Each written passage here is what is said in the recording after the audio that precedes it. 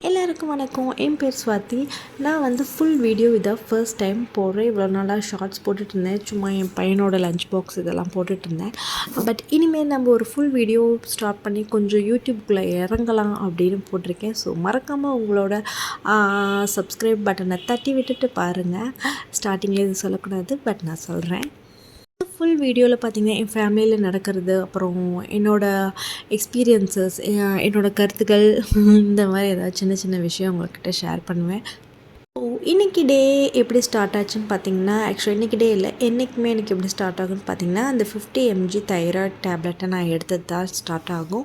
ஏன்னா எனக்கு தைராய்டு இருக்குது. இதுக்கு முன்னாடி ரொம்ப அதிகமாக இருந்துச்சு, 100 mg எடுத்துகிட்டு இருந்தேன். பட் இப்போ ஒரு சின்ன டயட்னால ஒரு 50 mg எடுத்துக்கோங்க போதும் அப்படின்னு டாக்டர் சொல்லியிருக்காங்க. ஸோ அந்த டேப்லெட் மூலம் தான் என் டே ஸ்டார்ட் ஆகும். ஸோ அந்த டேப்லெட் எடுத்துகிட்டு நைட்டு ஊற்றி வச்சுருந்த தயிர் எடுத்து ஃப்ரிட்ஜில் வைக்கிறது தான் என்னோடய முதல் டியூட்டி. நாங்கள் பார்த்திங்கன்னா ஒரு ஜாயிண்ட் ஃபேமிலி திருச்சியில் இருக்கோம். நான், என் வீட்டுக்காரர் ப்ளஸ் 2 பசங்க, எங்கள் அத்தை, மாமா எல்லாருமே சேர்ந்துருக்கோம். சாட்டர்டே என் ஹஸ்பண்ட் பார்த்திங்கன்னா ஒரு ஆஃபீஸ் ஒர்க்னால வெளில போயிருக்காரு. ஸோ அவருக்கு ஒரு சின்ன ஸ்கின் ப்ராப்ளம் இருக்கிறனால கத்திரிக்காய் சேர்த்தவே கூடாது. அவர் இல்லாத டைம் தான் நாங்கள் கத்திரிக்காய் சாப்பிடுவோம்.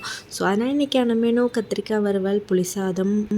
அவர் இல்லாத டைமில் அத்தை தான் ஆஃபீஸ் போவாங்க. ஸோ அவங்களும் கட்டிட்டு எடுத்துகிட்டு போயிட்டாங்க. அப்புறம் ஈவினிங் ஸ்நாக்ஸ் பார்த்திங்கன்னா, ஆக்சுவலாக அது ஈவினிங் இல்லை, நைட் டின்னரே அதுதான்.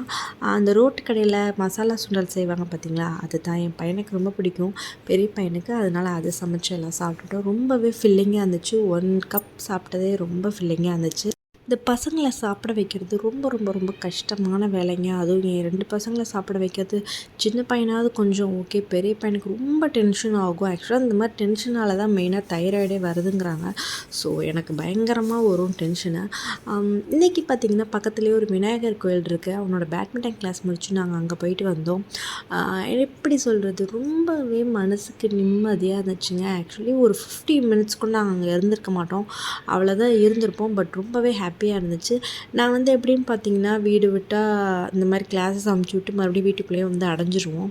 வெளியில் இந்த மாதிரி மோஸ்ட்லி போக மாட்டோம். ஏதாவது ஷாப்பிங் இந்த மாதிரி டைமில் வெளில போனால் தான் வழியே, மற்ற இதுக்குமே நாங்கள் வெளில போக மாட்டோம்.